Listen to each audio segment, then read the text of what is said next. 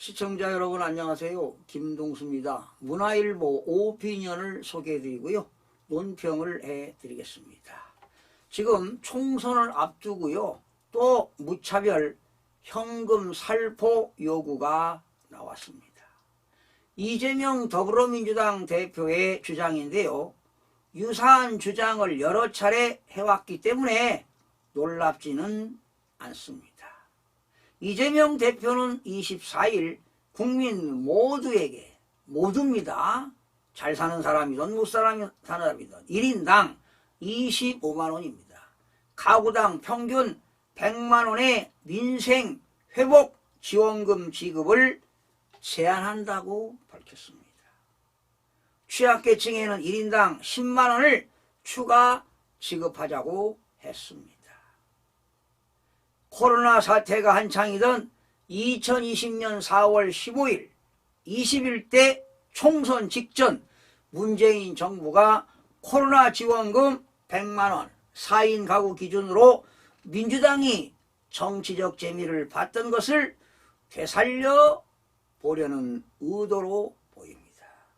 이 대표는 가구당 100만원도 안 되는 돈을 지역화폐로 지급했더니 동네가 약 6개월 동안 화랑이었다. 소고기 사 먹고 좋아요 라고도 했습니다. 그러나 심각한 부작용은 외면했습니다. 대단한 착각입니다. 일회성인 코로나 1차 보편적 지원금은 별로 효과가 없었다는 게 문정부 당시에 한국개발연구원 KDI의 분석이 있었습니다. 총 지원금이 14조 2천억 원 중 28%에만 소비에 지출을 했고 나머지는 빚을 갚거나 저축에 소비에 진작에 효과가 없었다는 것입니다. 부자에게 줄 필요가 있느냐는 비판적 여론이 일었고 문재인 대통령 부부의 지원금 거부가 발단이 돼 고위공직자와 지방자치단체는 물론 고소득층을 향해 받은 돈의 반납을 유도하는 소동까지 벌어지기도 했지요. 현금 살포 자체가 전형적인 포퓰리즘이지만 부득이 시행하더라도 선별 지원이 옳습니다. 환자에게 수술 대신 마약을 처방하는 것과 같은 폐해를 부르기 때문입니다. 그런데도 이 대표가 또 현금 살포에 나선 것은 4.10 총선에서 매표 효과가 있을 것으로 보기 때문일 것입니다. 나아가 보편적 기본소득의 징검다리로도 활용하려는 것 같습니다.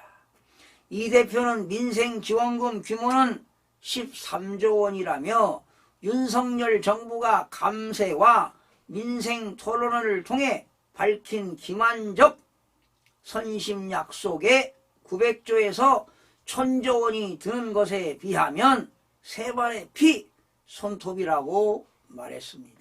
그러니 정부 계획의 재원은 태반이 민간 자본이고 그것도 일회성 지출이 아닌 장기 프로젝트입니다.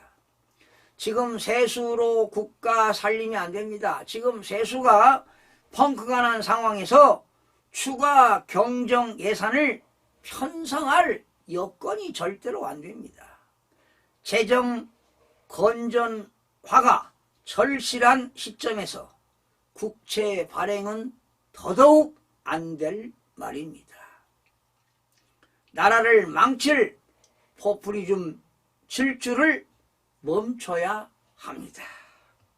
지금요 국가부채가 1000조 원이 넘습니다. 이제 부채를 줄여나가는 길밖에 없어요. 지금 부채에 해당하는 이자만 해도 1년에 22조 원이 지금 나가고 있습니다.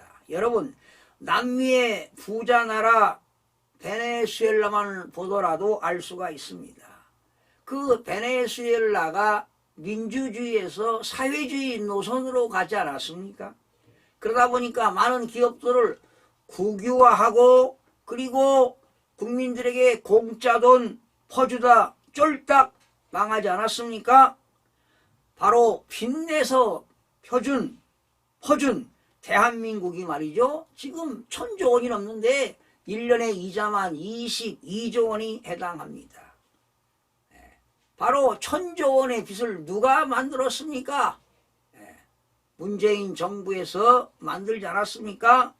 바로 이재명 대표는 대한민국을 거들내려고 지금 이거 하는 것입니까? 너도 나도 1인당 25만 원, 한 가구당 100만 원? 바람직하지 않습니다.